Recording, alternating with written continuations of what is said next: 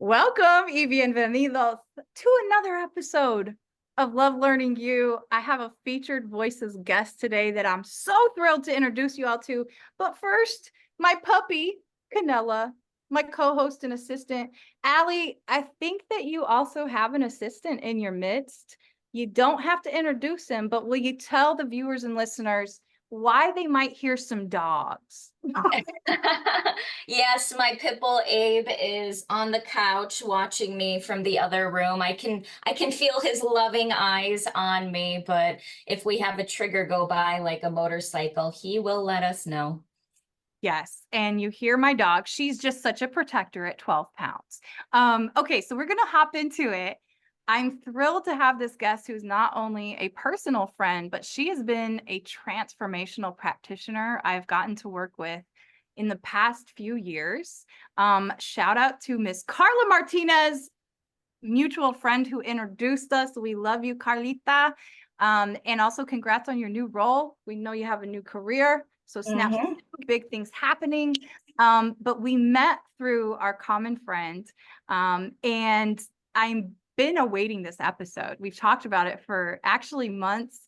And I don't know if I know I'm not going to speak for you. I haven't been ready until now to do this Ooh, episode.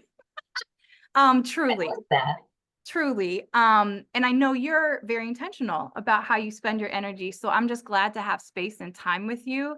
I do always kick off our featured voices episodes. And if you haven't, make sure you hit subscribe or follow on your preferred platforms, whether you're just listening or you're watching on YouTube, which is where we love to hang out over here on the podcast. I do want to say this. We always start by giving guests their flowers because I do believe in telling people about how they impact you while they are still here. And Allie Mae not only has helped me transform many things in my life, things like weight management, my relationship with food, my relationship with my emotions, working through some incredible moments of grief after my mother passed away tragically a couple years ago. She has been and walked through the fire with me, but also just has an incredible story herself. This is my dear friend and also the hypnotherapist of Chicago, Allie Mae Miller. One flower I want to give you, I have two, but one flower I want to give you is from the moment I met you, I could tell that you were very in tune with understanding how people respond in situations. And we actually met, there was one chair left at an event we were both at Carla's birthday. And there was one chair left and it was next to you. And I just remember us kind of chuckling and joking about the names of drinks or whatever we were doing. And then I learned later that you're a hypnotherapist. And for those of you who are watching or listening, the other reason I want to give flowers to Allie Mae is she also introduced me to new ways of approaching healing and my relationship with God at times, and not maybe putting myself so much into a box. To really get out of my comfort zone. And I say that out of love because I also know how many people since working with you, when I say, you know what, they ask, well, how have you gotten through certain things or blah, blah, blah. And I say, you know, one of the most powerful things that has helped me has been hypnotherapy. I know the looks of taboo and confusion just from saying that openly to people. Yeah.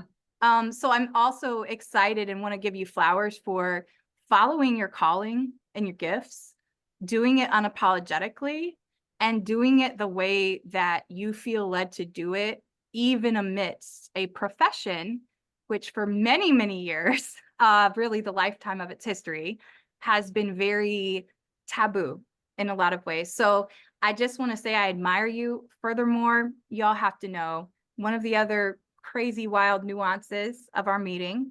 So Allie Mae actually has family names that are similar to my family on my mother's side. So my grandmother's name and her maiden name, Katie Mae Miller. And then I meet Allie Mae Miller. So we surely, I'm sure in a past life or something, have known each other. But without further ado, this is not only my friend, my own hypnotherapist, but Chicago's finest hypnotherapist you could find. Allie Mae Miller, welcome to the podcast. Friend, I'll let you introduce yourself with some details about you, but I wanted to Thank first you. give you some virtual flowers. That's beautiful. You are so beautiful inside and out. You are just glowing, babe. I'm so glad to be Well, here it's a with little you. warm. It's a little warm. It's yeah. You look sun-kissed. You look wonderful, but I can tell you're shining from the inside too. And I think that's probably one of my most favorite parts of this work is literally just seeing the lights come on in people's eyes that have been dark for so long. I certainly walked through that darkness for a long time in my own life. I say usually like for the first 30 years of my life, I was very depressed, anxious person. And there was a lot that showed up, stomach issues, insomnia, fears, all that stuff. And just kind of on a whim in the pandemic, I started to learn hypnotherapy, hypnosis, because what else are we going to do in the pandemic? And I saw so many changes in my own perspective that I never thought were possible. That I had like a holy shit moment. Like more people need to know about our own inner healing capabilities and the power of our minds and how much that can assist us. And of course, it can become spiritual as well. So yeah, I went and I got my training, my certification through a school in Albuquerque. And it was a wonderful training. I did their basic modules for certification, but then I also did an extra module for medical hypnosis and past life. And started the business. The Hypnotherapist of Chicago URL just so happened to be available. So I was squealing. I'm like, I guess that's my business name now.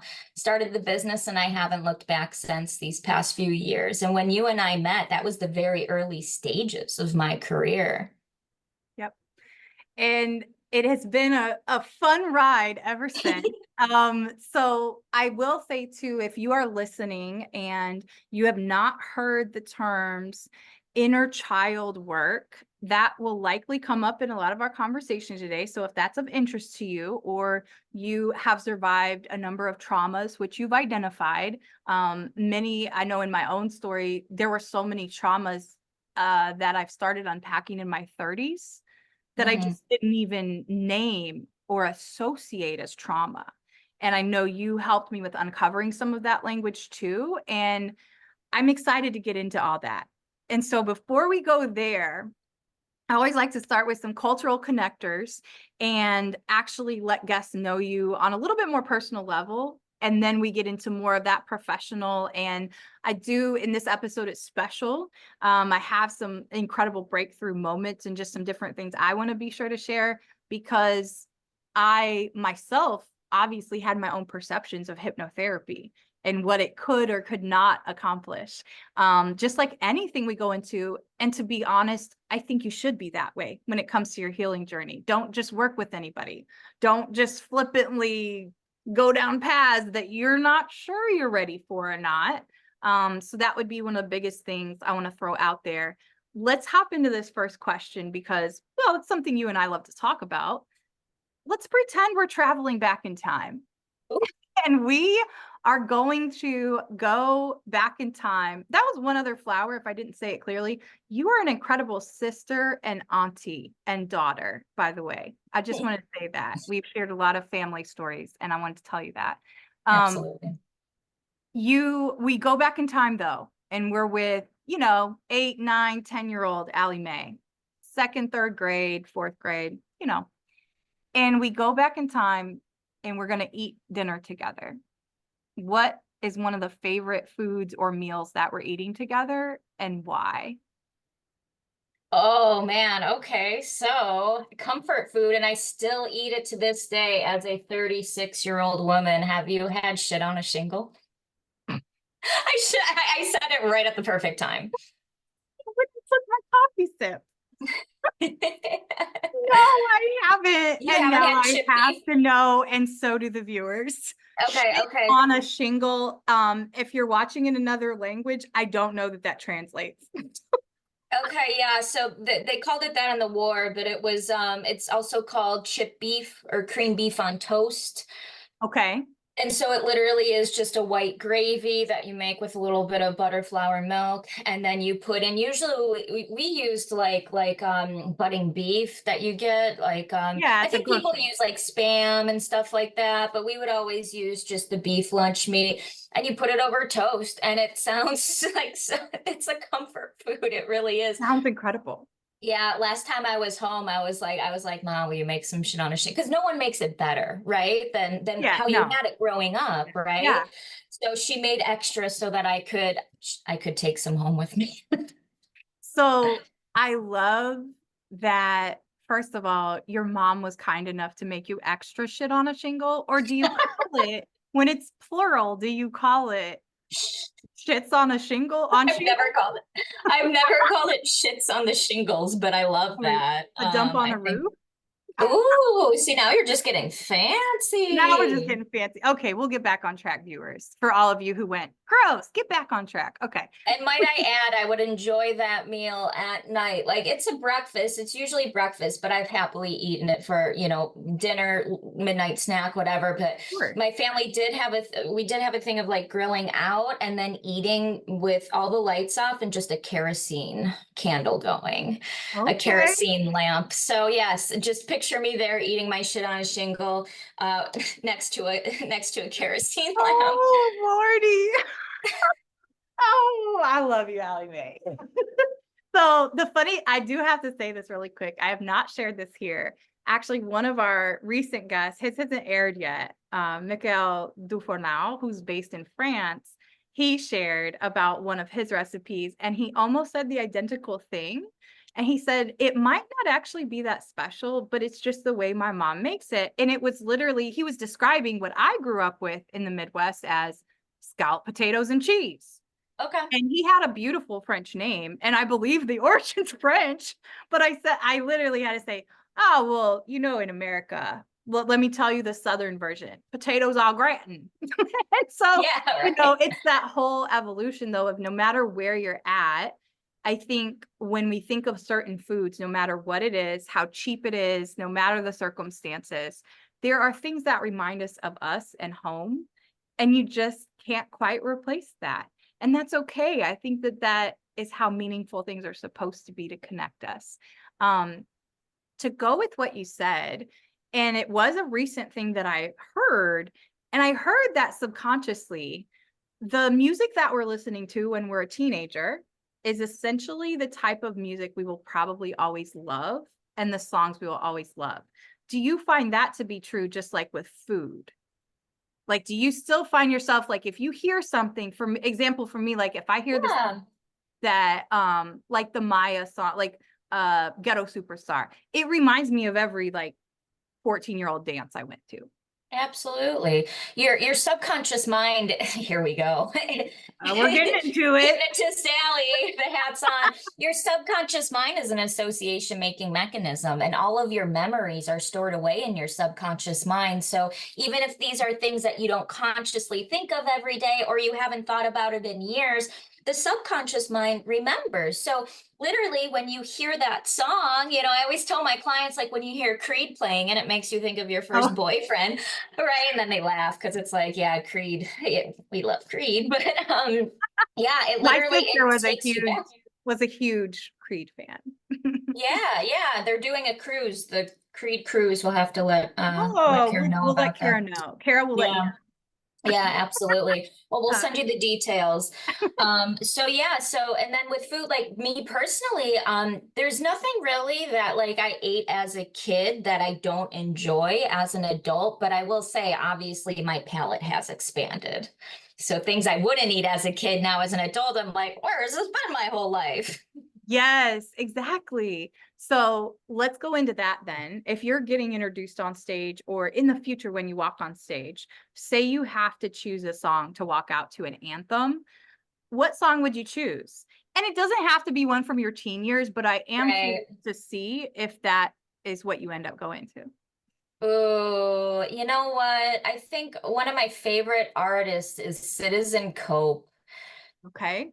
I don't don't know if you heard of him. Okay, I think you would tell us, enjoy his music. tell us. Check him out. There's a song called Let the Drummer Kick It, and it's just got like the best beat to Okay. it. I think that that would be my anthem, but I didn't discover him until I guess it was probably like high school. Like, yeah. So Ah, that okay. was a high school tune, but I still every time he comes to Chicago, man, I'm there, I'm front and center and I'm vibing. I know the words to all the songs. So yeah, that is So kind of a throwback. the theory holds up. The subconscious remembers. Yeah, baby. Yeah. Um, so tell us what's on your bookshelf right now. And I say this as a person, you all, Allie Mae and I nerd out about a lot of things. I think Yeah. we both love to read different mediums. We love to Hmm. watch media, all that kind of stuff. At any given time, I'm reading a number of books and going between them. So feel free. Like most of my guests, I have found to actually be the same. And they go, well, I'm reading this one for pleasure. I'm reading this one for personal development. So whatever that means for you, what are some of your on Allie Mae's bookshelf right now so we can see inside the mind of a hypnotherapist? Yeah, yeah, absolutely. So let's start with the rocking chair. The rocking chair book right now is The Power of Now. Hmm. Um, the book on my couch is Seed of the Soul. Oh, I haven't. Um, Who wrote that? Do you know? Or oh my gosh. I haven't read that. I will send it to you. I've Okay. literally, this book is so profound. I've been reading it for a number of, I would say months. Like literally, it's so profound that I won't even read a chapter at a time, Justine. I will read a couple of pages and I'll just let it soak in. And then it's like in between, like, Same. it's just when I want to hang out with Abe. It's like in between laundry, stuff like that, whatever I'm doing. I'll just like, I just like feel good after reading a couple pages and then I'll move on. I've sent it to now probably like 4 or 5 clients. Yep. That's just something I like Yep. to do is just randomly like go on Do the thriftbooks or same. abebooks.com and just randomly send it. So Yep. this one I've sent, yeah.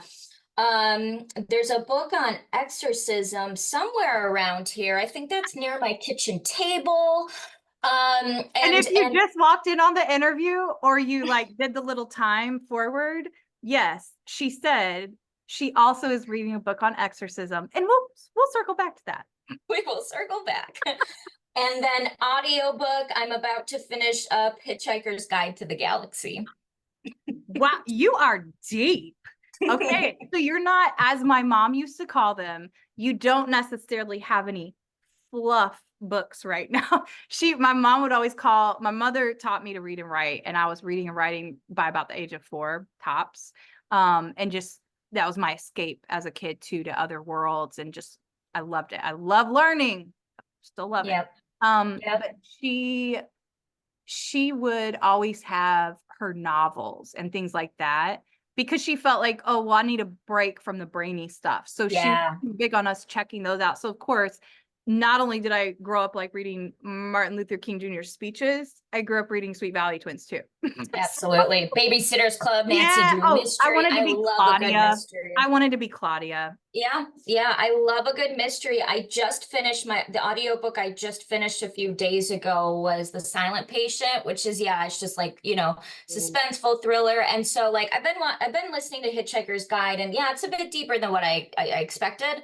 So Okay. I think my next audiobook is just gonna be so if you have any recs for like I really like thrillers. They just keep me on the edge of my seat. I can finish those up pretty quickly. I love books that like it's just hard to put down because there's so much suspense, right? So that's I what would I'm kind of recommend looking to for. you, if you don't know, and to you viewers and listeners, and I'm actually about to revisit some of his work. I actually heard him speak in undergrad, but it was phenomenal. He's one of my favorite speakers I heard. We had to go to chapel in the university I attended for undergrad. And he was the only speaker that truly, truly stands out to me. And it is because I consumed and devoured his adult level books when I'm like 9 or 10. Well, now I understand why, but if you've not heard of Frank Peretti, he has written a series called, it kicks off with a book called This Present Darkness. It is all about spiritual warfare. And Oh, I have like, so goosebumps. Okay. you will, and he's gotten, I think, more into young adult over the years. I need to catch up with where he's been at lately.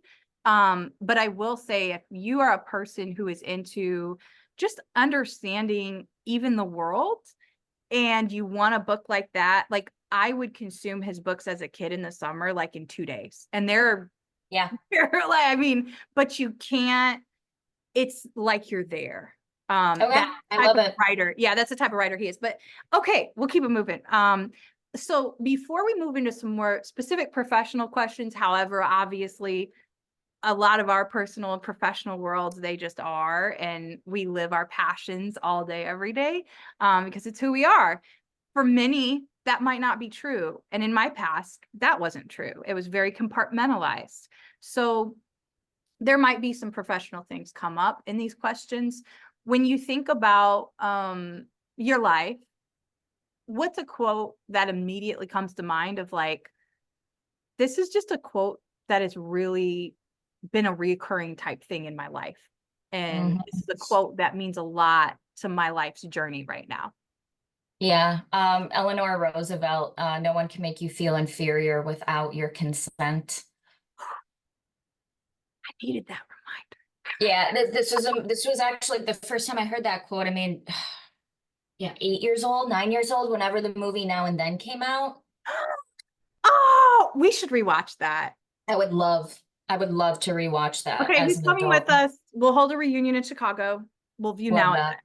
I will bring the Then. popcorn. We will both bring the cute fuzzy Oh, animals. oh yeah. Okay. Yeah. I remember asking my mom, like, we paused the movie and I was like, Mom, what does that mean? And it was just a life lesson for me. And it has been, and it's just, it's a very big takeaway. I don't know that I necessarily lived it then as a kiddo, or lived it even in my teenage years or my 20s, but certainly in my 30s, it's kind of like only my opinion of myself matters, and I make sure I'm kind to myself. Yes. So it's interesting right now, my current phrase on our marker board on our refrigerator downstairs, I literally wrote out right now, I speak loving and kind words to myself and my partner, Thaddeus. So we'll Great get into this reminder. once again. We'll get into the power of written affirmation, audio, hypnotherapy, all of that stuff in a moment. Before we go there professionally with grown-up Allie Mae, tell us a little bit of context and background that you'd like to share so people understand who was Allie Mae as a kid, what kind of world did she grow up in as a kid. And Oh and I think it's powerful too, Allie Mae. I say this because I know some of your story. I yeah. think it's powerful that even if teenagers happen to catch this episode, or if you specifically are a parent of a teenager who is struggling with depression or belonging, which is very, very common for our current generations that are in school age, I think it could be really helpful. So I just put that out there Yeah. because you do have a unique story and a lot of Mhm. pretty difficult circumstances that there are unfortunately many children who go through some of those things. Yeah, absolutely. I grew up in a very small town outside of Chicago, a couple hours southwest of the city. It was a great place to be raised, of course, but once I turned about 21, 22, I'm like, this is too slow paced for me. There's not enough job opportunities. I'm out. So I've been in Chicago for a while, but I grew up, mom and dad were there. I had a sister that was 3 years older than me. And I mean, we got along and then we fought, but it's typical sister stuff. Yeah. And I was kind of the annoying, sister. So I was kind of, solo there for a while, and we had really great, we had really great woods by my mom's house. And so I kind of always say, like, I grew up in the woods and I would just go down to the creek and just hang out, and like really just loved being around nature. But looking back on it, I was pretty much a loner. There were a lot of times that, I would just hop in my rollerblades and I would just rollerblade around town for hours by myself with my, cassette player in my ears. And it wasn't that it was a bad childhood. I just remember kind of looking up at the sky and being like, why am I here? Like, why this backyard? Why this family at like a very young age? And I remember a friend of mine telling me like years later, like, that's a sign of intelligence, you know, that you were asking those questions. Mhm. But really the answers that I gave to myself was like, there is no purpose. Like you know, there is no meaning. And you know, there are just things looking back on it now that it's like, holy shit, kid, you were really hard on yourself. I remember, you know, getting in trouble for whatever it was and being sent to my room. And I stole a couple we were a candle family. I stole a couple of candles from the bathroom, and I put all my stuffed animals in a circle, and I lit the candle, and I held my own funeral. Oh, And it's, oh, I don't know if I ever told you that. And I mean, I was so young, right? I And think it's you just, told me that. I think, well, and that's what I was hitting on too, just to be explicit for you all watching. Mhm, This is a person who at the time, and this is just my perception outside hearing you talk about these things. Um, you're a person who at a very young age is dealing with depression, essentially, mhm. but you wouldn't know to call it that. No. You're just kind of feeling like, what's the point of me being here? Why am I even here? So I just want And to name yeah. that, because often we see our kids struggling, but we didn't have the language, especially when we were growing up Mm. and generations before us. You wouldn't have had the language to even know, oh, my daughter's holding her own funeral. That's probably not joyful. Like, sorry, but back to your, No. yeah, Yeah, and it's like what you said about like traumas. Like even when we experience traumas as children, we don't even sometimes realize that that's bad, right? That's a right, bad right. thing. That's not supposed to be happening, right? That's actually damaging and that's not normal. And then yeah, just to kind of wrap up the funeral thing, like I hadn't thought about that in a long time. And then obviously, you know, in a state of hypnosis, I wanted to address that memory because it kind of started popping up. And it's like, yeah, essentially what I was doing without knowing, I wasn't doing anything wrong. I was just a kid, but without realizing it, I was programming myself that every time I failed, right? Because I got in trouble, got sent into my room, I just wanted to die. And Oh, that that's how stuck much with you held on to it. yeah, it just stuck with me for a long time. And I remember being a teenager saying things like, I hate myself, I hate my life, I hate my life. And that became my life then, you know, you're not going to all of a sudden like one day say, no, I love my life. If all you're doing is replaying and replaying those same thoughts of like, there's no purpose, I hate my life, I hate myself, I'm no good. Mm. How then, as you have grown into an adult, you have a different professional career background than what you currently do for Yeah. nearly 20 years, being in the media industry, doing some incredible work, creative, all the things that you are. Tell viewers and listeners, before I share a little bit how I got into hypnotherapy and all the questions I had, what you might experience if you're a first timer, and I'll share some of my stories. But how did you stumble upon it before you became, the certified practitioner that you are? What even led you into hypnotherapy? And does it go back to little Allie Mae holding her own funeral and Yeah. searching, essentially?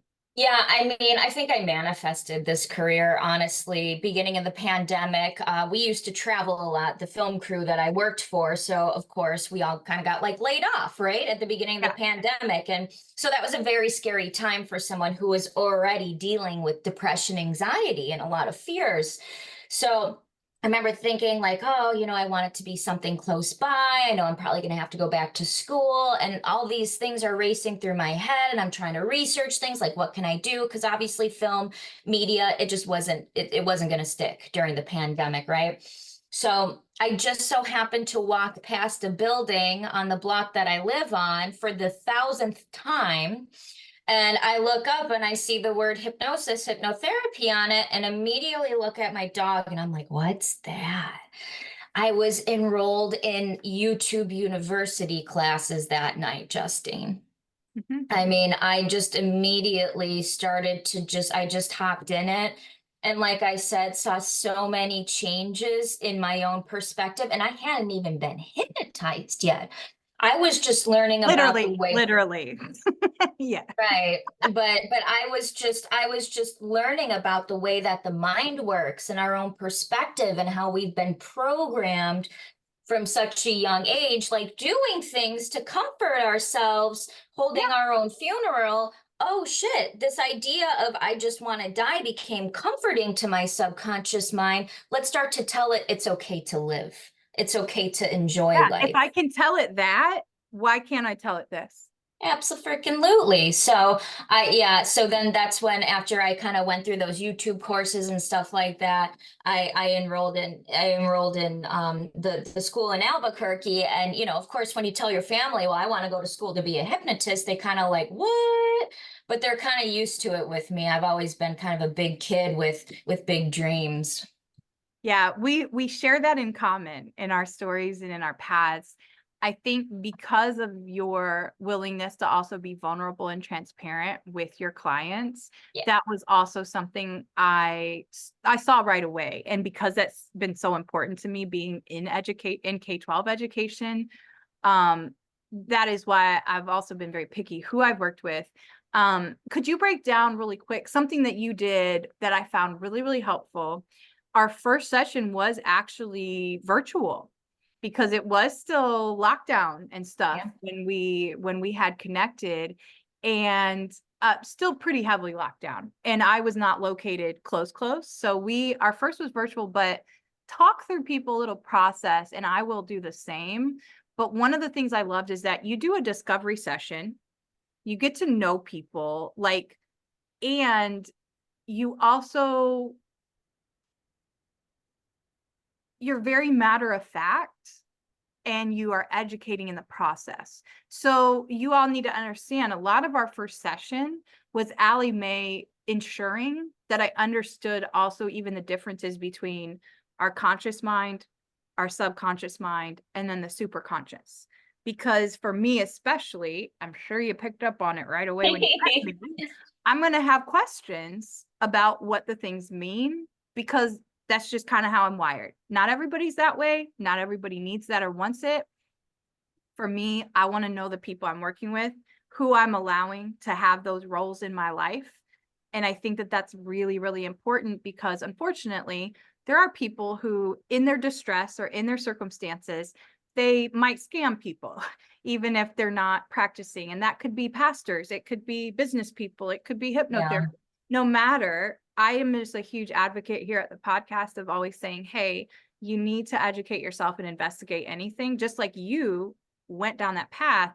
How did hypnotherapy personally impact you after having that jolt of going, oh, this is it, I am doing this? What had you seen as you went through that process and just in your own life that made the experiences real for you just to experience hypnotherapy? Oh yeah. I mean, I always tell my clients like during my actual training, like I healed some shit. I was on depression meds at the time, and I actually had to get a written note from my doctor because they knew I was on the meds. I was transparent Okay. about that, but I had to get a note Right. from the doctor saying I'm healthy enough to go through training mentally. I can handle this. And I just remember one of my teachers, Dr. Sapien, he's also an MD, he's kind of asking like, oh, why are you on this depression meds? I'm like, oh, chemical imbalance or whatever. And he's like, oh, so you're not in control of the chemicals in your brain? And the light bulb kind of like went on, and he's like, if it's not you controlling those chemicals in your brain, who is? And it's like, bing. And it's like, holy crap, like we really can when we have the perspective and we change our perspective that we actually can control the chemicals in our brain, then we can wire them and program them to again go to the lighter areas of life rather than all that darkness that I had been surrounded by. So I mean, I'm a completely different person. If you and I had met 10 years ago, you probably wouldn't have wanted to be friends with me. I mean, I was a very negative person. And like I said, there was a lot of stomach issues, a lot of just, coping mechanisms and habits that weren't healthy. And As so we I as we all have. And yeah, and now it's like one of my suggestions I write with my clients is the older I get, the healthier I get. And it Hmm, couldn't be any more true. I mean, this is the healthiest I've ever been at 36, mentally, emotionally, spiritually, same, physically. same. Yeah, yeah, Well, 39, but you yeah, get the idea, folks. yeah, yeah, yeah. So It's like what hasn't changed? It's wild. you have your own transformational experiences, and you were, just so viewers know too, for you, and actually the original reason I'm going to get into a little bit more of my own experiences, just because I want some people to understand if they're a little leery, or maybe they just want to know more about hypnotherapy. Yeah, But I originally actually came to you with goals around weight management and my relationship with food. yeah, Why I'm starting with that is because of where I'm going to tell you some of that work went and how deep it gets. But this is often how it starts. So when you started, though, I know some of the reasons, specifically with habits and stuff. What were some of your vices, and what was your intention with some of your work early on? And just viewers, listeners, at least for me, at least in talking with people the past couple of years, most people seek out hypnotherapy, I think, and I want to hear what you like, what you know from your industry. It seems like drinking, overeating, depression or loneliness, smoking. I yeah, could be yeah. totally off. Those are just the Oh, things I randomly see. I'm yeah, sure of course. you've seen the whole gamut, but Usually when I hear the question, like, what can you use hypnosis for? I'm kind of cheeky and I respond, it's like more like, what can't you use hypnosis for? Because everything you said, check, check, check. Absolutely, Justine. I do feel like the first year or so I was in business, I was attracting people who were experiencing depression and anxiety because that's what it helped me so much with, right? And do you remember this? I wasn't even doing past life sessions yet. I kept telling my friends from class, like, oh, I don't think I'm ready. And they're like, no, you're ready. I'm like, oh, I don't think I'm ready. And then a medium called me that December, my first year or so in business. And she's like, hey, I'm a medium. My spirit guides are telling me you need to start doing past life sessions. You're ready. Let's do this. I'm like, okay, I guess if the guides are saying it. So, so she was my first past life session pretty much, on the books. And it was a wonderful experience. And I've had so many amazing past life sessions since then. Um, yeah, and right now what's popping up since so many people are traveling, fear of flying, that's a popular one. okay, And I was okay. waiting for this one. I was waiting, and it's manifested, fear of cicadas. What? I have a I mean, session this week. they're real and they're out here. So especially if you're in the Midwest, I don't know about other areas, but right now, if you walk into certain parks, especially, Hmm. ooh, wait, that is Yeah. all you're gonna hear is that. Of all Hmm. wow. So Yep. you've had multiple people who it is fear of cicadas. This is just the Oh, just first one. one. Oh, I the was first just one. like Okay. last week, it kind of just popped in my head. I'm like, there's gonna be some people who need help with this. Because I think honestly, I just saw a TikTok, Justine, and it was like, so there is a poor girl, she was crying in her car and she's like, I can't even get out of my car. And I'm like, oh, honey, Wow. hire a hypnotist. You know? Yeah. I think where where where do some of these fears come from? Do you think? Like, because and many people, you might listen or watch this and go, that's wild. No way. Like, based on your own experiences. But if Yeah, you really dig underneath, look, yeah, we all have some pretty wild things if you're willing to look in the mirror and uncover. If yeah. you start asking yourself, we all have very irrational fears. Oh yeah, they are irrational, but that's the fears come from the subconscious mind, Okay. right? So a lot of times consciously, even this client, for example, she's like, this seems so silly. I know they don't bite. I know that they can't hurt me. Logically, consciously, she's saying this doesn't make sense. And even people with phobia, they realize these phobias aren't Right. logical. Right. It's the subconscious mind's job to protect us, right? But if it hears something like, oh, this is alarming and it's a fear, it means that it's literally trying to protect you from something. So for example, You know, let's say my Uncle Mike, he got bit by a German Shepherd when I was a young kid, and I saw the aftermath and the blood, and oh my gosh, like now all of a sudden as a kid, I'm scared of all dogs, right? Because Yeah. my not logical mind is saying protect her from this pain. Dogs equal pain. That's literally the reasoning in the subconscious mind's perception of things. So now I'm afraid I would grow up afraid of all dogs when really logically, consciously, we all know that not all dogs bite, certainly not just big dogs, not just German Shepherds. And Uncle Mike probably had it coming. He was probably a bit of a jerk or something, right? Right.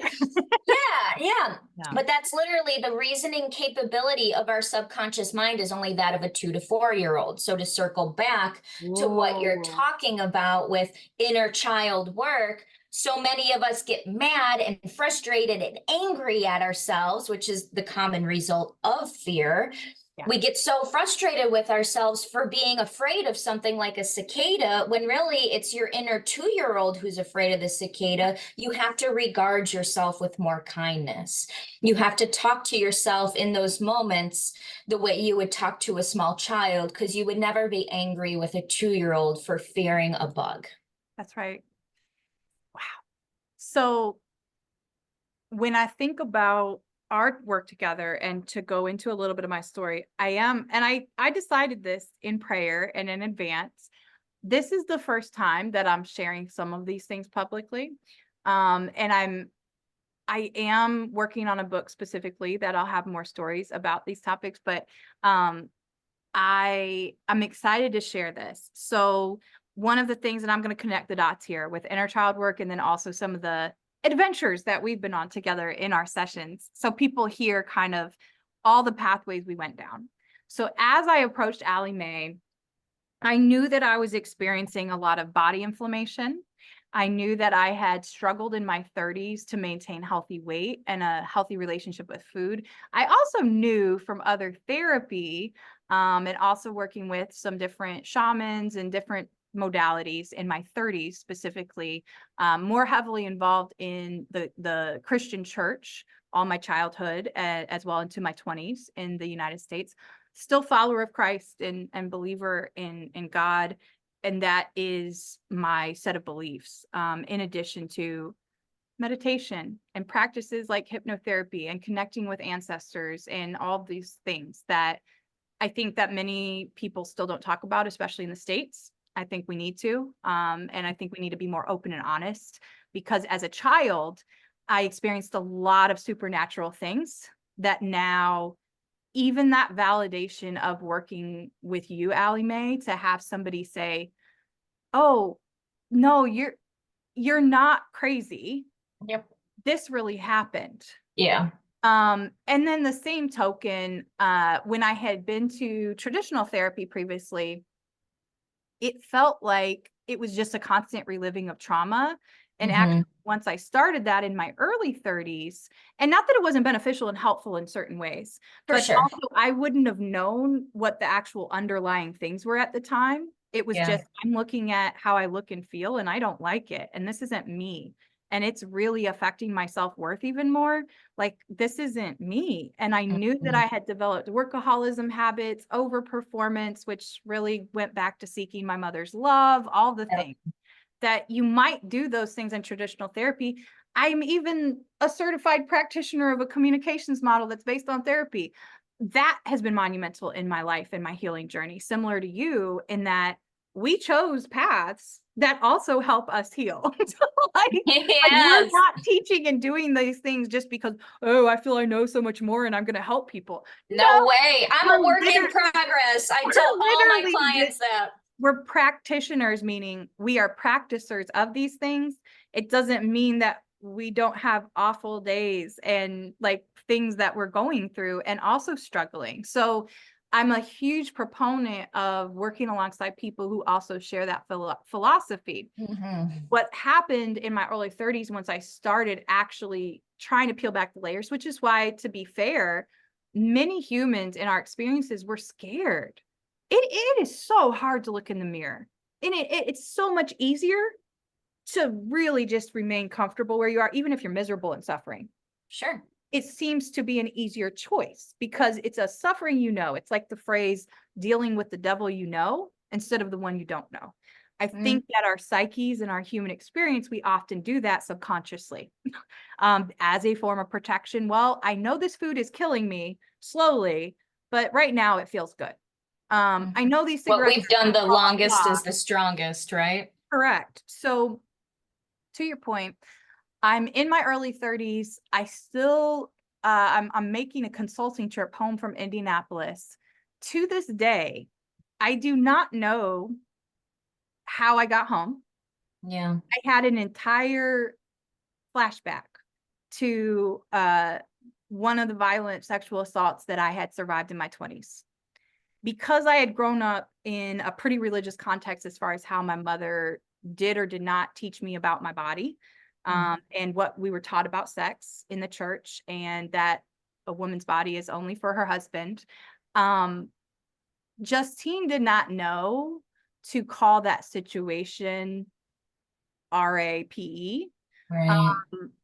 She associated it, and this is, mind you, amidst being a very high performing educator and getting into a national program and becoming an administrator in Chicago public schools. This happened at 25, 2 years before that.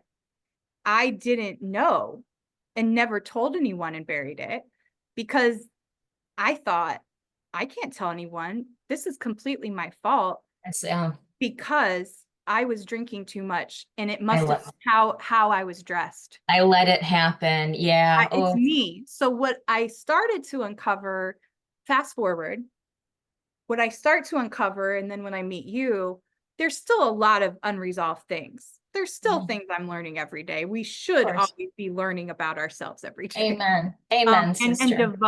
devoted to that, not devoted on watching other people and comparing. You should be so devoted to you and Mhm. understanding who you are, because otherwise we can't begin to even go to those same depths with other people ever. It's just not going to happen usually. So I say all that to say, then fast forward, I still am holding these things and have processed some, but I come to you going, I still can't figure out the weight stuff. From there, it starts to unlock, and so much underneath that. I want to go back to something you said earlier, that I think, especially in America, because our system was conflated with a religious agenda that is often, in my opinion, not actually godly. It's for Mhm. political advancement. But Yeah. because it was conflated and we called ourselves a Christian nation, you often see still very almost puritanical approaches to the body, Hmm. sex. And because of growing up in the certain churches that I was in, not because my parents were so awful or anything like that, it's it's what it was programmed. And what was programmed through Sunday school when I'm a kid, and through youth group as a teenager, where we're instructed to write husband letters to our future husband at the age of 12 about how we're Ugh. saving ourselves for them. Yeah. So Justine started to identify with you. I started to identify with you. So much shame. And shame does a real number on your programming and that small inner child that you're supposed to be talking to like a 2 or 3 year old. Hmm. Shame tells us that the most broken parts of us are never acceptable. And so therefore you're hiding yourself. And so I tell people, I now know what an incredible actress I am. Because Yeah. Damn. when you can rise, you still don't even know your body. Like that book, The Body Keeps the Score. Keeps the score. So when you do start uncovering, what I will say is, and I'm saying it transparently, just as a disclaimer, I do also tell people, even though I've referred many people to you, I will tell the same thing here, which is you have to also be devoted to really wanting to love yourself and learn yourself and being okay with accepting all the parts of who you are. And if you're not, then it will be a jarring experience, or you'll be turned off, or you'll downward spiral to a different direction.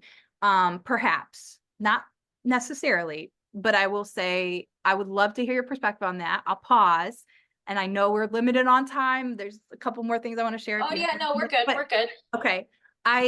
What would you say to that so far? And just know Yeah. what you know about my journey. You know, I'm very transparent. And I've also been working to figure out how do I share some of the things I've been through, but in ways that help people. Because I also know that sometimes I am very honest. And that can also be so almost traumatic for people who have no idea that they're being triggered by just me being purely honest about who. Yeah, yeah, absolutely. I think, one of the takeaways that I want the viewers to know is that, love and acceptance, it does sound sometimes a little bit hard. The idea, like I can't even fathom that, right?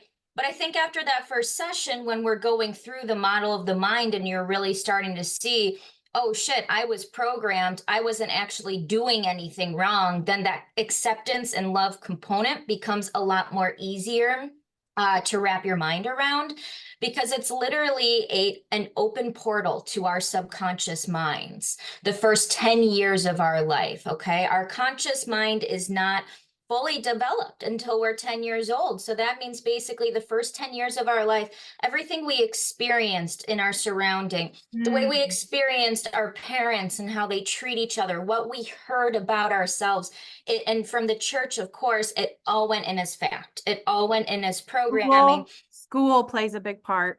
Absolutely. And that then becomes the foundation of your programming that you hold on to even throughout your life, adolescence into adulthood, until you do something like hypnosis to try to reprogram if it needs reprogramming, because there's a lot of negativity coming at us as children, as kids. So it's like you weren't doing anything wrong. You were programmed to believe these limiting beliefs about yourself. But guess what? The subconscious mind is 95% of how we think, feel, and act, Yeah. even as adults, Wow. right? So consciously, that's why going back to like that smoker, right? Like they can, they have 200 reasons why not to quit, why not to smoke, why they should quit, right? And then at the end of the day, they get into their car, they're driving home, and they're halfway through a cigarette before even consciously realizing they lit up, because they have been programmed Yep. to do that. It's an It's the coping mechanism. yeah, and it's association making mechanism. It thinks smoking means relaxing, being off work, starting my me time, whatever it is. So yeah, so I just did want to bring that up. That's one of the things that I talked to about clients in the first session, that it's like you're not doing anything wrong. That shame was coming up. It's not that it was wrong, and it's not that those fears are wrong. Your subconscious mind is doing what it's supposed to do, trying to protect you from pain and move you towards pleasure. But sometimes it actually thinks pleasure is not great things, like smoking, or like blaming ourselves Yeah. and shame, Yeah. The self-destructive. Oh, well, this feels self-sabotage. good because it's the pain I know. Mhm. So I'm still thinking right that way. There's two other particular sessions. I just want to throw it out there because I do want people to hear just how comprehensive, I guess is the right word, and kind of holistic your approach is. I would also say it's very highly personalized. So example, if you go down a rabbit trail and you start to research hypnotherapy and stuff after this, one thing I will say, I can't speak to anybody else, and I have only worked with you as a hypnotherapist. Uh, Mhm. um, perfect. um, I have only worked with you as a hypnotherapist. Yeah, And as people are looking and kind of conducting their research and feeling out who's in alignment, because yeah, obviously that so is, important. it's very, very important. How would you have people start to examine that through how they look at like your services? I say this from a personalization lens as a consultant, um, Yeah, who values that with my clients and having a personal experience.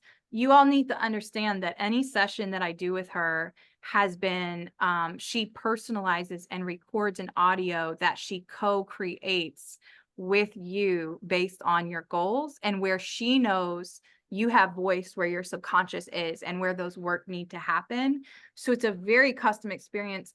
What else should people look for if they're searching for a hypnotherapist? Because yeah, when I looked into other people, Allie Mae, I'm just gonna be real. yeah, They did not offer what you offer. And it seemed also very like, just that there wasn't the depth there. It was yeah. like, this is my model.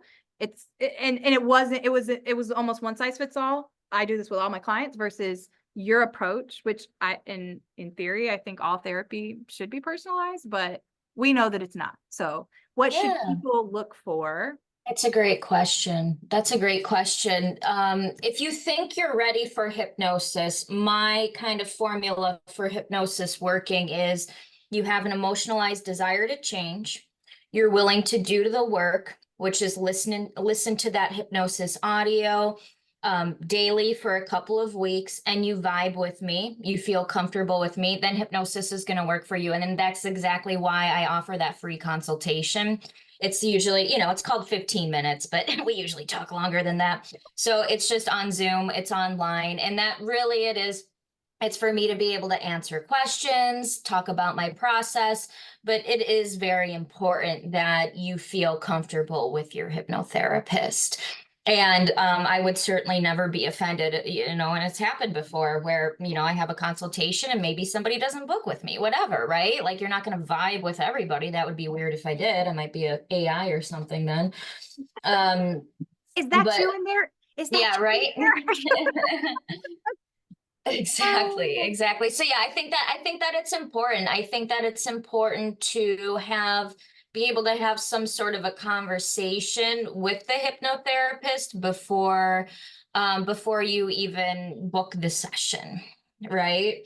yeah. Um, and then yeah, the type of hypnosis I practice, which is really cool, integral hypnotherapy is because you play an integral role in your hypnosis. We write your suggestions together, especially like those first couple of sessions. Do you remember that, Justine? We collaborated on the wording of the suggestions. So Mhm. like Co-creation. you approved everything that was going into your subconscious mind. It wasn't me just saying, all right, Justine, close your eyes, I'm going to tell you what I think you need to hear. We collaborated on all those suggestions so that you are 100% on board with what we were putting into your subconscious mind, because essentially your subconscious mind is the computer. Remember, there's not logic there. It's just acting off commands, right? Smoke, smoke, smoke, or drink, drink, drink, or be sad, Right, be sad. right. So now Donut, we're using, donut, donut, candy bar. yeah. Exactly. Let's fill the void with something, right? Let's pack it down with more donuts, more ice cream. So yeah, so that's why I think it's important to be able to have a little bit of a conversation with the hypnotist up front. That's why I personally offer the consultations. And I think a Mhm. lot of people really enjoy the process of being able to collaborate on their suggestions so that they know exactly what to expect. They're getting what they want. Right, right. That goes back to two, again, be so relentlessly devoted to your own growth and development that you don't just flippantly hire whoever. Don't just flippantly go to whatever therapist or whatever pastor or whoever you decide, hey, at this moment, I might want this person to work with me this way, or I might want this mentor. I'm a huge advocate for that. The other thing I wanted to point out, and many of you may have heard me talk about this a lot on this podcast, one of the easiest ways, and it's very similar crossover almost from a brain perspective, is when by the time we reach our 24, 25, that our new neural pathways stop developing.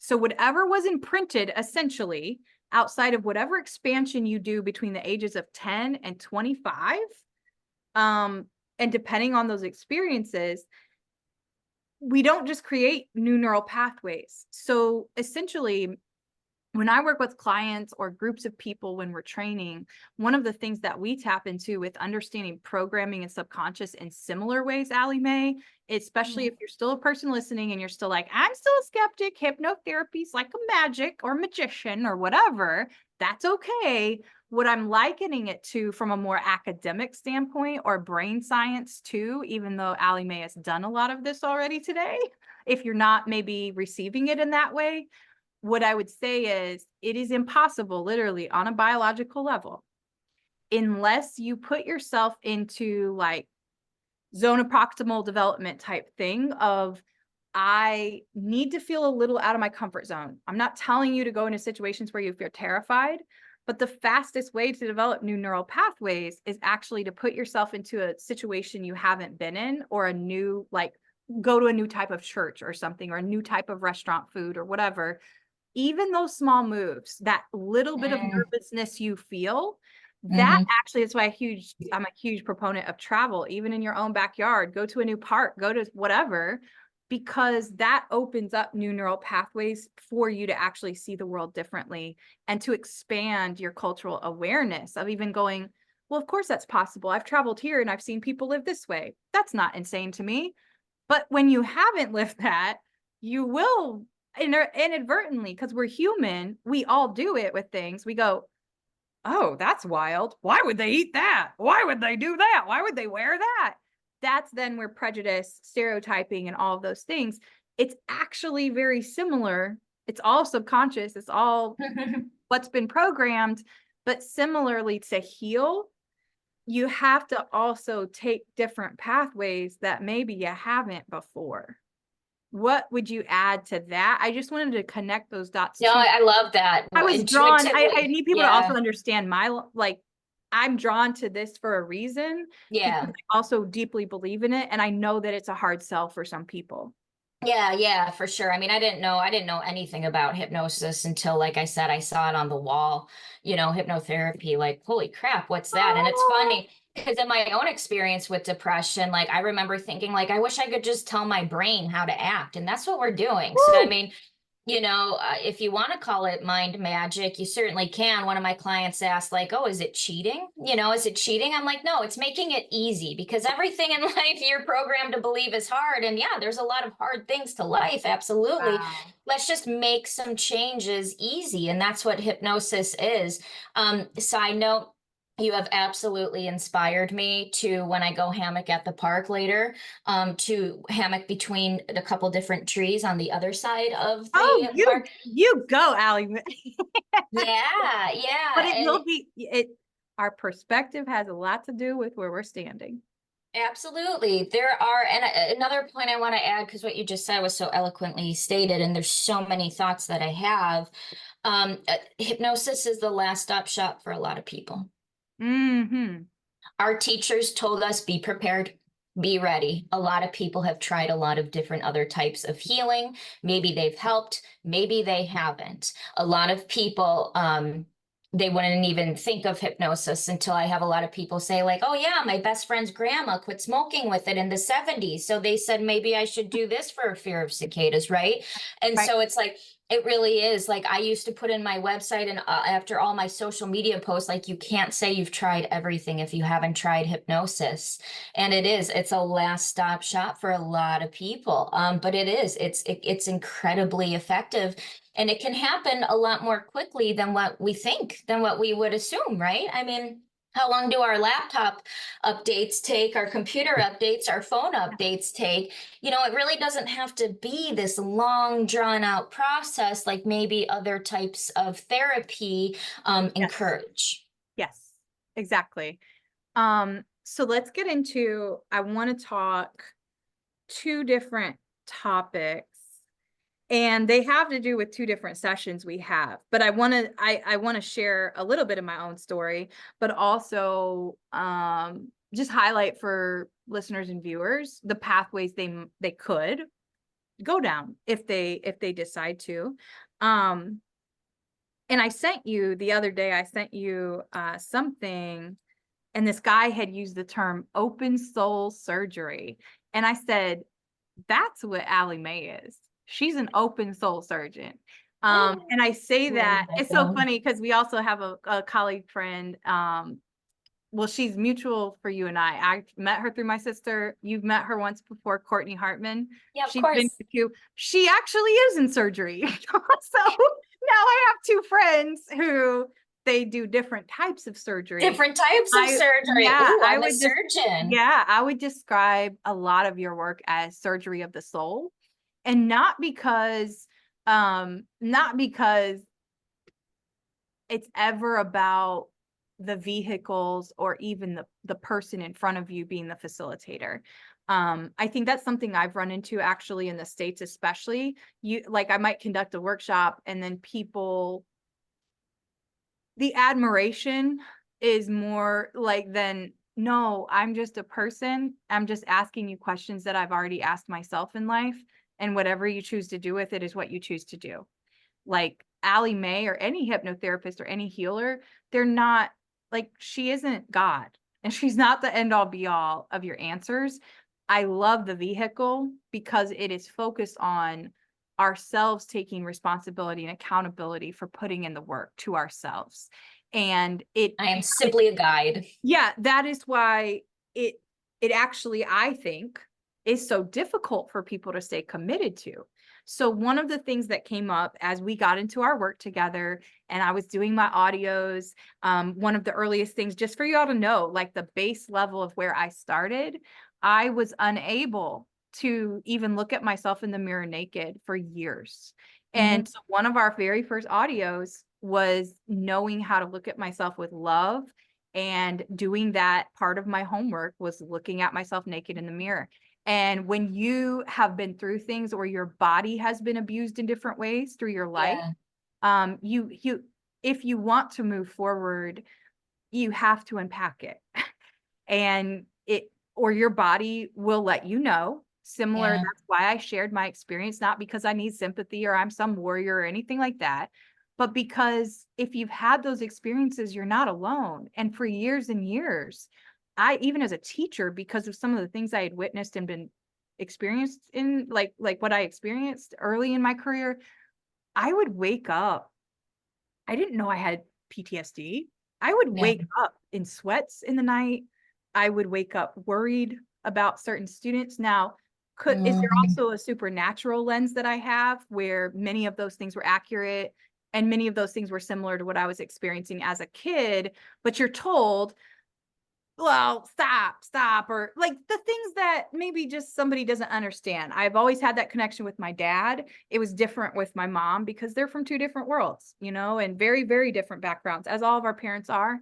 A little different with Puerto Rican and Amish Mennonite bloodlines, but that on top of it was something that became a thing as to why I hid emotions for so many years and why I felt like, well, I don't, this is weird. Nobody else is, I don't know if anybody's also having dreams like this or having Mm. like this when they're uncomfortable around someone and they can sense something. Like, I don't know. Now, as an adult and as you learn more about yourself and others in the world, you realize, oh, no, those are actually part of spiritual gifts. And you should be sharpening those things to serve the world. Like, so it all comes full circle, no matter what in our lives. And I do believe everything works for the good of those who desire to serve that which is divine, our creator.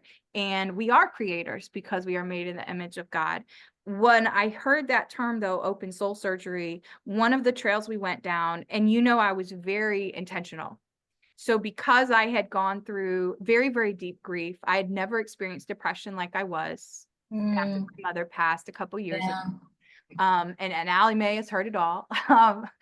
But I knew that there was so much more underneath a lot of the stuff that was coming up for me. And we had talked a little bit about the past life experiences.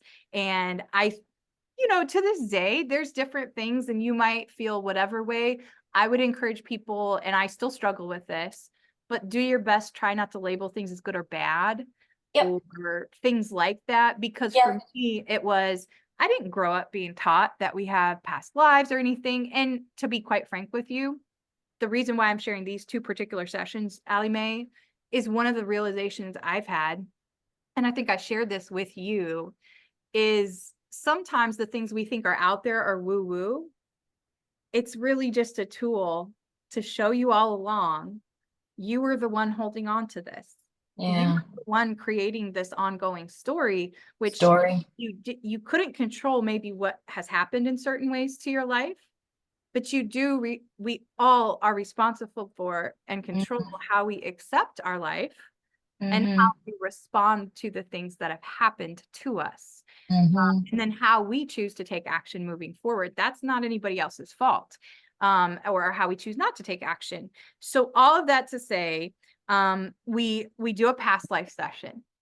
Very moving experience. what were you thinking as a practitioner, even working with me? Because I do think, and I won't get offended if you share honestly, but I think it's important for people to also hear that vantage point, because for me, I just felt so completely loved and accepted for one of the first times as an adult. I'm trying not to cry Yeah, no, I know. I'm gonna cry with you.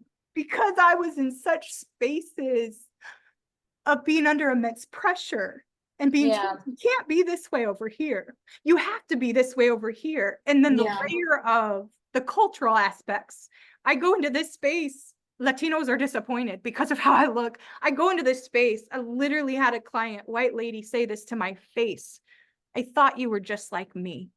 So you Hmm. have then all these competing systems of the world that man has Hmm. created, and your whole life, it's this message of, no, you're not quite good enough for over here for us to accept you, which I know inherently. I'm a child of God. Thank you, Papa. Hmm. My parents taught me that my identity is not wrapped up in what other people think of me. They were both good at being themselves, even if there's pieces that maybe they just didn't have the tools to identify. Whether it was about parenting or relationships or whatever, or cross-cultural communications, like whatever those Yeah. things are. I want you to kind of share though, what do you experience as a practitioner? Because our sessions are pretty intense. Oh, yeah. There's I been a was just lot gonna of say tears. that. I'm gonna go to one of the other sessions too. Yeah, of course. But this one in particular was one that um it was a transformational experience, even if it was a window into in your DNA. And I do believe in epigenetics and how we continue things through our DNA strands, and that we are truly Yeah. a continuation of the story of our ancestors because we share blood. And that to me is at a very soul and cellular level. I think that it's just so important, because if anything, it gave me a clarity to go, oh, I look at my dad's bloodlines of women, I look at my mom's, and I know so many of the stories, just even from sitting with elders and having that privilege on both sides of my family to even be able to do that with lots of living relatives growing up, great grandparents. We stay with them all the time. And then at the same time, simultaneously, I don't even know if you know this, I have both of my grandmas who passed. They were first significant deaths in my life, um, that showed up in dreams. So Mm. like there's those things that we might all experience. I think many people who I'm speaking to more and more have been afraid to share because they don't want people to go, you're weird. You're weird, I already yeah. know that I am, and I've been told I haven't fit in since I was a kid. So you might as well embrace it, people. We're all freaking weird. Um, Hey, and I tell all actually, my clients, like, hey, I'm a weird yeah, hypnotist. I ask weird questions. You'll get right. used to it. They love So it. I say all that to say was, even if somebody says, oh, past lives, I don't believe in that. Yeah, okay. What happened when I was hypnotized, though, eventually helped me to unpack what were the lies and narratives that I was Mm. repeating about being a woman and being worthy, Yes. that are also not just for me to break, but for me to break for generations and say, I get to do differently. Thank God. What And were can, you yeah. experiencing when you were doing that particular with me, and what you were noticing? Partly so people know, and partly because I'm pretty in tune, from like even imagination and subconscious place. And I know Yeah. that might not be everybody's internal dialogue or reality. And so, can I also just reference back to that original quote that I shared? No one can make you feel inferior without your consent, right? And so, I think of a lot of the themes that were popping up in your session without giving away too many details, of course. But I think that, I give you there was client, a patient client privilege or whatever. privileges. Okay, yeah, of course. Thank you. But I do think that, our biases from past lives come with us. Those can be biases towards other people, but those can be biases even towards ourselves. Yeah.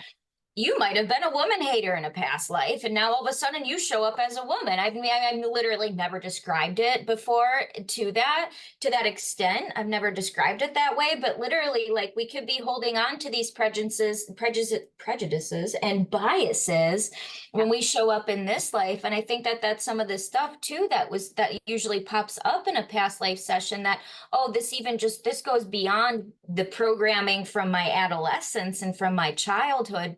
This is stuff that's still affecting me over the course of lifetimes. And so usually what we do, and correct me if I'm wrong, we chose to go to the lifetime that most karmically influenced this lifetime. Yes, ma'am. We did. And a lot of times figures from this life Yep. will figure out who they were in that past life.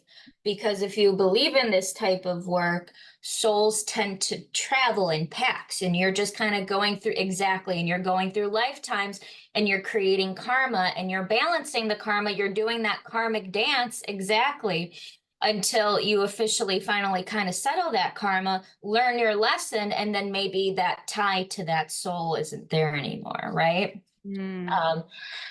Yeah, it's just, and when I'm guiding through the session, again, I'm just a guide, right? As the practitioner, I'm not there to lead you in any certain way. I'm not there to, like, tell you my biases or anything like that. I really am just simply a guide. And as with your session and any past life session I've done, sometimes we go into it with like some thoughts or like ideas or expectations, and it just evolves, and so many things are made more clear, not only in the session, but then there's also did you notice that there's an integration after the session as well? Yeah. Oh, and yes, thank you. Because that was one of the key points I wanted to state, going back to a Okay. devotion to loving, learning you. Mm-hmm. It was, and Allie Mae knows this, like, and that was part of my people pleasing that I had to get over. And I knew you knew this by my language and how I would over explain and all those things. But I had to actually put boundaries in my emotions, my soul, my heart. They wouldn't allow me to keep, even if I was like, no, I want to be devoted. Like, I'm a person who has been typically more very, because of being in schools and things of that Yeah. nature, being in leadership roles. But I was very intentional that if I didn't feel that I was fully ready to do the depth of the work I needed to, I rescheduled. And typically we usually 3 to 4 months apart sessions. Oh gosh, yeah. And I don't Yeah. tell clients like your name, but I'm like, I'm like, you can do one session, you can do 5 sessions, you can You do it can be spread a over. super fan like Justine. Yeah, I'm like, you can do it over the course of 10 weeks, or you can be like my friend. And basically ever since I started, she's been there over the course of 3 years. We So like she just won't go away.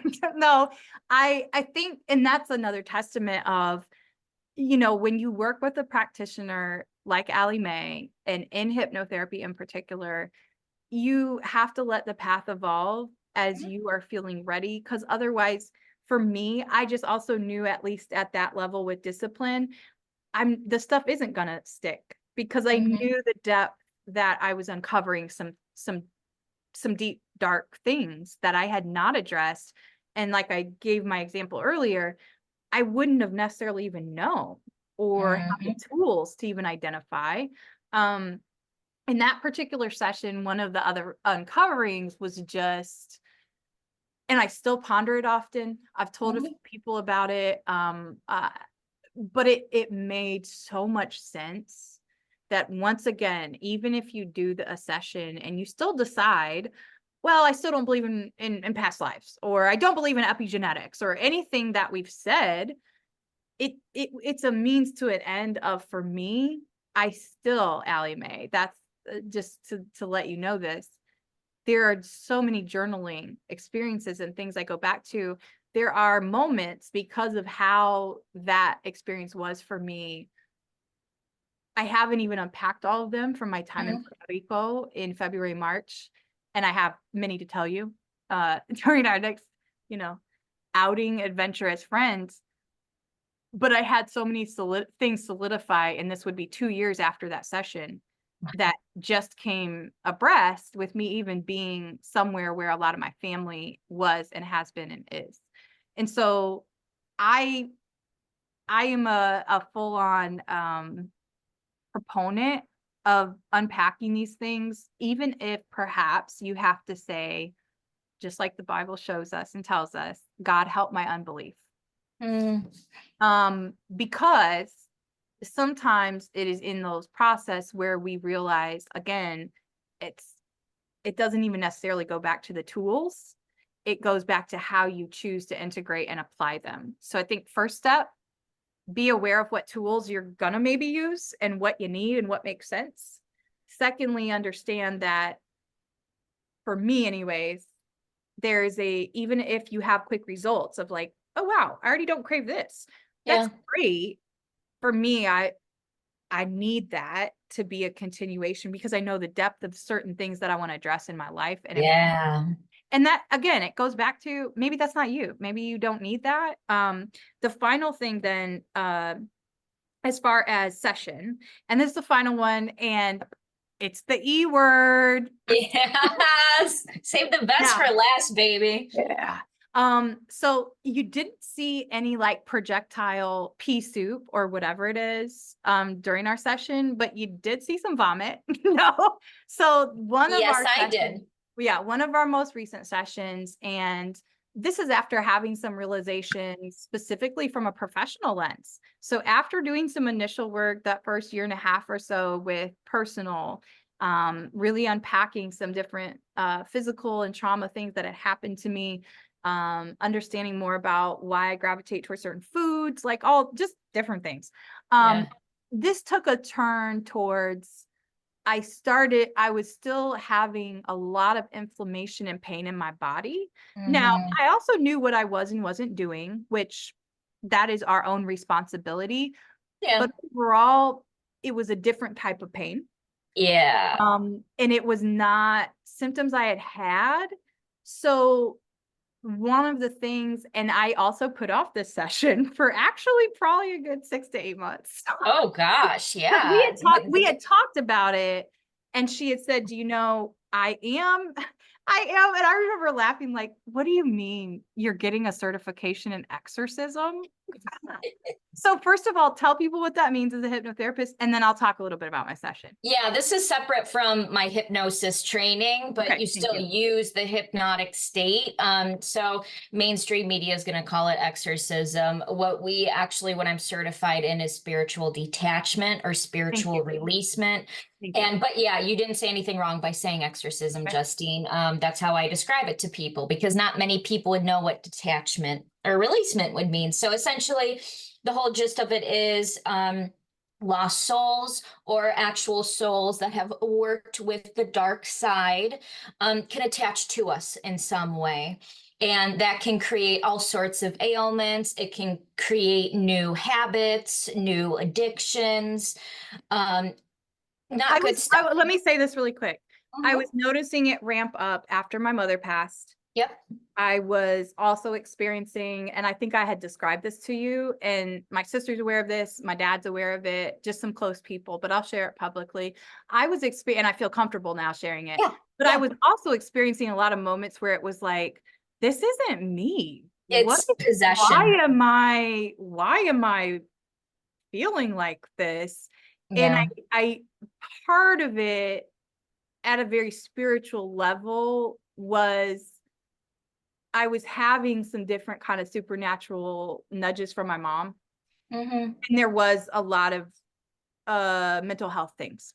Yep. So I I just want to give context. Go on, Yeah, sorry. yeah, yeah, absolutely. I mean, for my explanation, just to wrap it up, essentially, it's my job to make contact with those, because those lost souls, they could be hiding out, in your freaking armpit, in your big toe. They hide in small areas, but they create big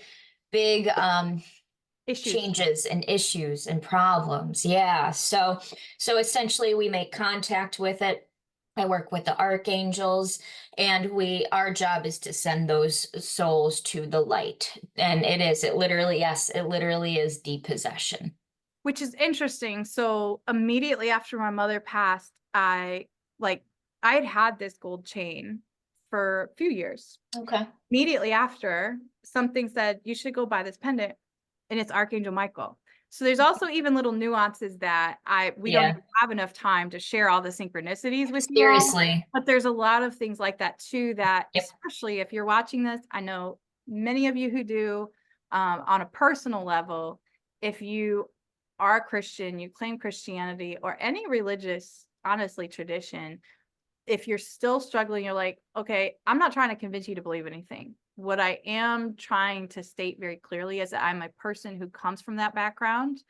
Um, and but I also want to point out specifically, once again, in the Western world, and this is different globally, even when I've traveled and when I've worked with people or I have friends who live internationally, family, we are not very accepting of the supernatural in the West, and we do everything to resist it. We try to judge people and call them weird or outliers or Woo whatever. woo. Yeah. Yeah, woo woo, all the stuff. And the reality is, as much as people have made, and I'm just going to say it plainly, as much as people, and it's a political agenda that started in the 40s and conflated the Bible with politics and being against homosexuality. There's even nuances like that, where that specific phrasing, if you look at the original translation of the Ethiopian scrolls, which are the Bible and the birthplace of the biblical scrolls and the text and Jesus, all the stuff, if you really examine that, that translation doesn't exist for an actual word that means that in the Bible. And angels and archangels are taught about and mentioned in the Holy Bible, every translation, over 200 times. I put that out there as a person who, even probably 10 years ago, would have been like, whatever, Yeah. whatever. Yeah. Right. And so I want to show all aspects, because it's okay to also be open to other things and be willing to examine your own beliefs. So I put that out there as just a disclaimer. I know we got to wrap up. We go into session, very powerful session to start with. Yeah. I started crying a lot. We didn't uncover some big dark mystery. The biggest thing was, I had grown up around church. So you always picture, when you see like in church settings that happening, or a demon coming out of someone, Yeah. you might throw up. Yeah. Or I threw up. I had a lot of physical symptoms. But then also within a couple weeks, it was like miraculous healing in a lot of ways. I And think I will, it's I want to, important. Yeah, go ahead. I want to name two other reasons why, though. So one, I was also committed in the very much physical. This isn't just me sitting around doing audios too and meditating. I started changing my diet. I became a pescatarian in August, so almost a year now. Haven't Yeah. had meat.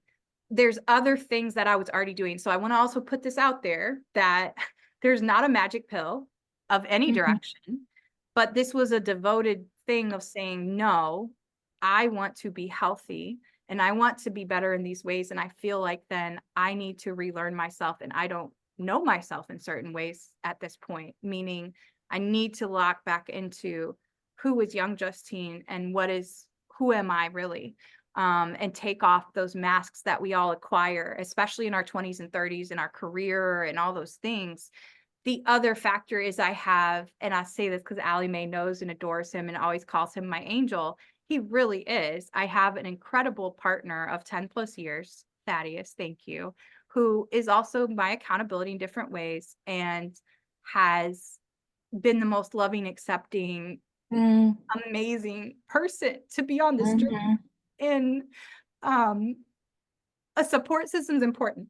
So I Yes. say that because I also don't want people to also be misinformed, like, oh yeah, she did that and this just happened to her. Oh, and she's so successful. Right. So the perception is one thing, but I also want to be very truthful that without his prayer with me, alongside me, without him pointing out my worth, and being patient with me through all the triggers and reactions and things that I've uncovered in our relationship that I didn't even know about myself. So I would also say, examine who you're with and who you're surrounding yourself with.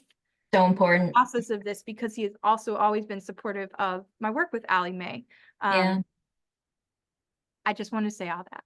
Yeah, gosh, he So really talk to is. us a I'm so little bit glad. about what we uncovered, Yeah. because what I stepped back and examined was not, oh, there's just these so many lodged spirits or things like. What I really came to a conclusion of, and I still kind of reflect on it this way, is I identified fragments of souls that Mhm. I was hanging on to and not letting go. And I was holding on to anger or hurt or Mhm. resentment or Oh fear. yeah. Oh yeah. So All of anyways, those I had a emotions are gonna very be there, are gonna be physical, associated with yeah, like with what you're holding on to. And I think it's important too to note we weren't actually going into it with the intention of doing exorcism. no, because I had kept saying, no, I don't think that's for me. Sure, sure. So we started another session that was That's kind of past right. life. Yes, it's interlife. You were in where you were like interlife and picking your parents and you're in the womb and stuff and you That's started to get sicker right. and sicker and you went to the restroom and that me, I'm just like, yeah, whatever you need. We have all the time you need. And then you came in and you go, Ellie Mae, I think I need an exorcism. I'm like, let me get my prayers.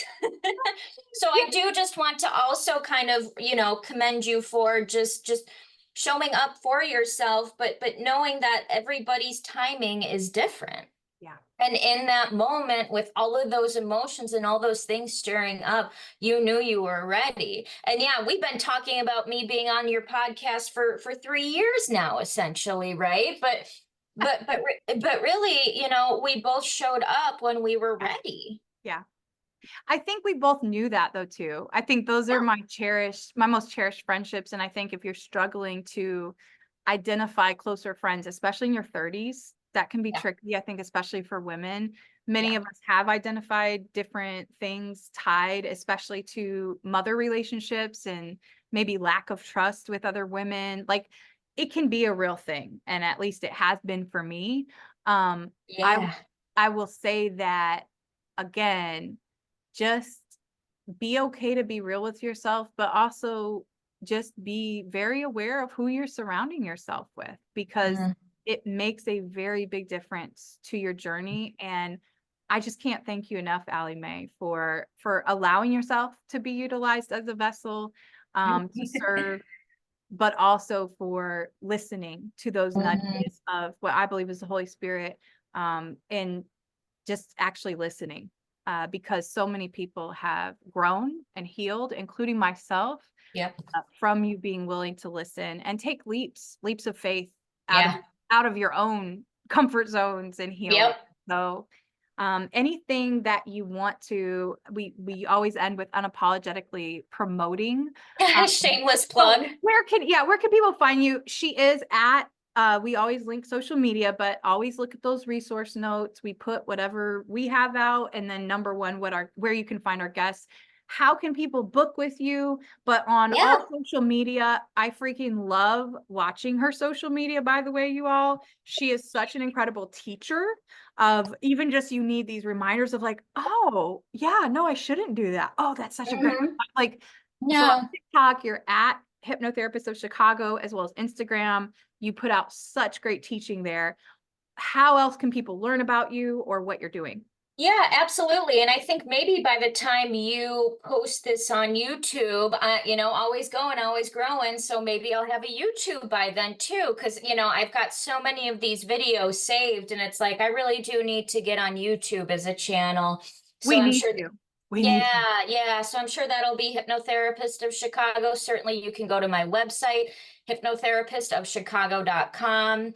Again, book a free consult with me. Let's talk. It's zero obligation. Let's chat. If you think you might be interested, there's a good chance that after listening to this, if you're still feeling called to do the work, either from the side of a client or a practitioner, reach out to me, right? There's a reason that you're feeling called to do the work.